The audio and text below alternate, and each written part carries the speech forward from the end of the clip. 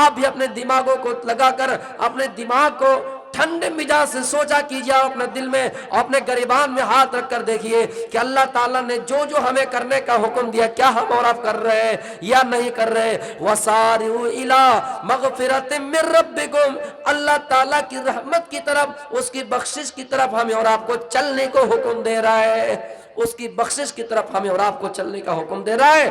کیا ہم اللہ تعالیٰ کی بخشش کی طرف آ رہے ہیں, ان کی رحمت کی طرف آ رہے ہیں یا نہیں؟ ہمیں اپنے گریبانوں میں جھانکنا ہے.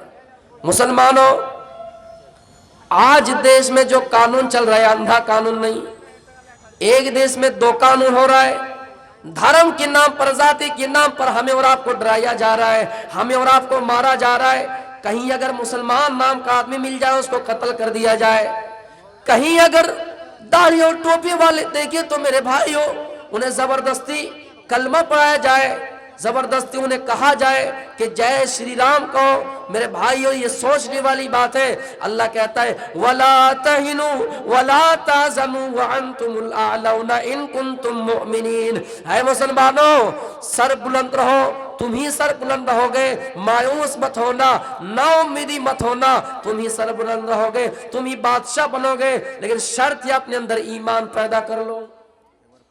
ٹائم 15 منٹ اور کریں گے کہ نہیں کریں گے پورا؟ کیا ٹائم تو 11 بجے تک کا, 11:15 بجے. کس سے پوچھیں گے؟ علماء سے پوچھ لے اور کریں گے کہ ہو گئے تب تو 2-4 منٹ کہہ کے ختم کر. نہیں. میرے بھائیوں, تو ہمیں اور آپ کو مایوس نہیں ہونا, لیکن اپنی اندر ایمان پیدا کرنا ہے اور یہ سوچنا ہے کہ اسلام مٹنے والا نہیں ہے. اسلام نہیں مٹے گا, چاہے ہمارے گھروں سے ہرے جھنڈا ہٹا کر یہ بھگوے لہرا دیے جائے, کچھ کر دیے جائے, میرے بھائیوں اسلام کا خاتمہ نہیں ہوگا. لیکن ہم گورنمنٹ سے اچھی امید رکھتے ہیں کہ سب ایک جیسے نہیں ہے. آج بھی 95, 96, 97, 99% ہمیں گورنمنٹ پر بھروسہ ہے. چاہے بی جے پی کی گورنمنٹ کیوں نہ ہو, چاہے کسی کی بھی گورنمنٹ کیوں نہ ہو, ہمیں بھروسہ ہے کہ انشاءاللہ مسلمانوں کے ساتھ دوہری نیت نہیں کریں گے, دوہرا فیصلہ نہیں کریں گے, دو طرفہ. میرے بھائیوں یہ نہیں کرے گا کہ کون ہندو کون مسلمان ہے. کچھ نفرتی چنٹو ہے جو ہندو مسلمان کر رہے ہیں, مندر مسجد کر رہے ہیں, کچھ ہی ایسے لوگ ہیں میرے بھائیوں. اس لیے ہمیں ہوش و حواس کھوانے کی ضرورت نہیں ہے اور ہمیں ایک شانتی مزاج سے کام لینا ہے اور اپنے اندر ایمان کو مضبوط کرنا ہے. سورج سے یوں آنکھ ملانا مشکل کیا ناممکن ہے. سورج سے یوں آنکھ ملانا مشکل کیا ناممکن ہے. دنیا سے اسلام مٹانا مشکل کیا ناممکن ہے. تو دنیا سے اسلام مٹنے والا نہیں ہے, یہ ہمیں اور آپ کو لگ رہا ہوگا, لیکن یہ جو ہمارے اندر سوچ ہے اس کو ختم کر دیجیے. عقبہ بن نافع ایک بہت بڑے لشکر کے ساتھ جا رہے ہیں. مسلمانوں جو نوجوان ہے اپنی اندر ہمت پیدا کیجئے. یہ جو جلسہ ہوا نوجوانوں کا ہی کمال ہے. اپنی اندر ہمت پیدا کیجئے. عقبہ بن نافع اپنے لشکروں کے ساتھ جا رہے ہیں اور اسلام کا پرچم لہرا رہے ہیں, اسلام کا پرچم لہرا رہے ہیں, اللہ کا نام بلند کرتے جا رہے ہیں. راستے میں بہت بڑا سمندر آیا. عقبہ بن نافع دیکھ رہے ہیں کہ سمندر ہے, اپنے لشکروں سے کہہ رہے کہ آئے لشکروں کیا دیکھ رہے ہو, اپنے گھوڑے کو سمندر میں ڈال دو. عقبہ بن نافع نے اپنے لشکروں سے کہا اور گھوڑا سمندر پہ ڈال دیا گیا. عقبہ بن نافع یہ کہہ رہے کہ اے اللہ, اگر آج اس راہ میں میری راہ میں سمندر حائل نہ ہوتا, بیچ راہ میں سمندر نہ آتا, تو میں جہاں تک جاتا تیرا نام بلند کرتا جاتا, جہاں تک جاتا اسلام کا پرچم لہراتا جاتا. اگر میری راہ میں سمندر حائل نہ ہوتا تو دنیا کے ہر کونے میں اسلام لہراتا جاتا، تیرا نام بلند کرتا جاتا۔ یہ عقبہ بن نافع تھے میرے بھائیوں، جو پوری دنیا کی بات کر رہے ہیں کہ اللہ کا نام بلند کرتا جاتا۔ یہ ہم اور آپ ہے، ہم اور آپ بریانی اور کباب اور پراٹھے بنانے والی قوم ہے میرے بھائیوں۔ نہ ہمارے اندر صحیح طرح سے تعلیم ہے، نہ ہمارے اندر کوئی اچھے انسان ہے جو پڑھ لکھ کر لوگوں کو ایک اچھا میسج دے سکے۔ کانگریس کے زمانے میں ایک سروے ہوا اور یہ پتہ لگایا گیا کہ مسلمان پڑھائی کے اعتبار سے بہت پیچھے ہو رہے ہیں۔ عقبہ بن نافع کی طرح جذبہ والے آج مسلمان ہمیں اور آپ کو کہاں دیکھنے والا مل رہا ہے؟ ہم اپنے گھروں میں اسلام نافذ نہیں کر پا رہے ہیں، ہم اپنے سماج کے اندر، ہم اپنے سوسائٹی کے اندر، ہم اپنے معاشرے میں اسلام نافذ نہیں کر پا رہے ہیں۔ ہم اپنی بیٹیوں کو اسلام کی تعلیم سے دور رکھ رہے ہیں، ہم اپنی بیٹیوں کو قرآن و حدیث کی باتیں نہیں سکھا پا رہے ہیں، ہم اپنی بیٹیوں کو پردے اور حجاب کے اندر نہیں رکھ پا رہے ہیں۔ عقبہ بن نافع کی طرح پوری دنیا میں کیسے اللہ کا نام روشن کرتے ہیں؟ تو میرے بھائیوں، اپنے اندر جذبہ پیدا کیجئے۔ ہمیں کو کہے گی قاتل، ہمیں کو کہے گی دنیا قاتل، ہمارا ہی قتل عام ہوگا، ہمیں کنویں کھودتے پھریں گے، ہمیں پہ پانی حرام ہوگا۔ صورتحال یہی ہے۔ یاد ہوگا آپ کو جلیانوالہ باغ، پورے باغ میں جتنے لوگ تھے سب کو شہید کر دیا گیا، سب کو مار دیا گیا۔ کسی نے کہا کہ یہ بتاؤ جتنے مسلمان تھے، کیا کسی مسلمان کے پیٹھ پر گولی لگی؟ کیا کوئی مسلمان بھاگا؟ نہیں دکھا سکا میرے بھائیوں۔ ان کا پوسٹ مارٹم کیا گیا، پتہ کیا گیا، کسی مسلمان کے پیٹھ کے اوپر گولی نہیں لگی۔ کوئی مسلمان جلے بھی ہے، اگر آگ سے جلے ہیں تو میرے بھائیوں آگ لگی تو آگ ایک طرف سے لگی ہے، ایک بھی مسلمانوں نے بھاگا نہیں ہے، بھاگنے کی کوشش نہیں کی ہے، کیونکہ مسلمانوں کو اس دیش سے محبت اس وقت بھی تھی، آج بھی ہے، اور قیامت تک اس دیش سے محبت رہے گی۔ ہمیں اور آپ کو غدار نہ کہا جائے، ہمیں اور آپ کو دیش دروہی نہ کہا جائے میرے بھائیوں۔ ہم چاہتے کہ سماج کے اندر، سوسائٹی کے اندر، دیش کی ترقی میں ہم اور آپ اور مزید محنت کریں، چاہے کوئی بھی ہو، ہندو ہو، مسلم ہو، سکھ ہو، سب مل جل کر رہے۔ آپ کو معلوم ہوگا کہ ایک رائٹر لکھتے ہیں کہ جنگلوں میں ایک کتا بھٹک گیا، جنگلوں میں ایک کتا بھٹک گیا اور کتا دیکھ رہا ہے کہ شیر پیچھے سے حملہ کرنے کے لیے آ رہا ہے۔ اب کتے کے پاس کوئی آپشن نہیں ہے بچنے کا، تو کتے نے ایک چال چلی، اسی جگہ پہ بیٹھ گئے، سوکھی موکھی ہڈیاں لی اور اسی ہڈیوں کو کتا چوسنے لگا اور زور زور سے بولنے لگا اپنی زبان میں کہ ہائے رے، شیر کا گوشت کتنا اچھا، خطرناک، مزیدار، لچکدار، کتنا اچھا گوشت ہے، کتنا مزیدار گوشت ہے، کھا کے کتنا آنند مل رہا ہے، مزہ آ رہا ہے۔ شیر قریب تھا پیچھے سے حملہ کر دے، شیر کے دل میں ڈر پیدا ہو گیا، خوف پیدا ہو گیا کہ کتا بڑا خطرناک ہوگا، یہ کتا بڑا خطرناک ہوگا کہ شیر کا گوشت کھا رہا ہے اور آنند لے رہا ہے اور کہہ رہا ہے کہ شیر کا گوشت کتنا اچھا ہے۔ شیر نے اپنا طریقہ بدل لیا، اپنا رخ بدل لیا، موڑ گیا شیر اور وہاں سے چلا گیا۔ یہ ساری حرکتیں، یہ سارا ماجرا ایک درخت کے اوپر بیٹھا ہوا بندر دیکھ رہا تھا۔ بندر نے سوچا یہی موقع ہے، بندر نے سوچا یہی اچھا موقع ہے، شیر کو جا کر بتا دیا جائے، یہی اچھا موقع ہے۔ پورے جنگل میں تو شیر کا ڈر لگا رہتا ہے، پورے جنگل میں تو شیر کا ہی ڈر ہے، اگر شیر کو بتا دو تو شیر ہمارے فیور میں ہو جائیں گے اور آج کے بعد سے جنگل میں کبھی ڈر نہیں رہے گا، آج کے بعد سے جنگل میں ہمیں کسی کا ڈر نہیں رہے گا۔ بندر اوپر سے نیچے کودا اور شیر کی طرف چلا گیا، شیر کے پاس چلا گیا، شیر کے پاس جا کر کہنے لگے، او جنگل کے راجا، آج تمہیں کتا نے بیوقوف بنایا ہے، آج تمہیں کتا نے دھوکہ دیا ہے، تمہیں چال چل کر تمہیں الو بنایا، دھوکہ دیا ہے۔ اچھا وہ کیسے؟ کہا وہ کتا کوئی طاقتور کتا نہیں، انہوں نے اپنے چال چلی تاکہ تم وہاں چھوڑ کے بھاگ جاؤ، اس کو چھوڑ دو، اس کی جان نہ لو۔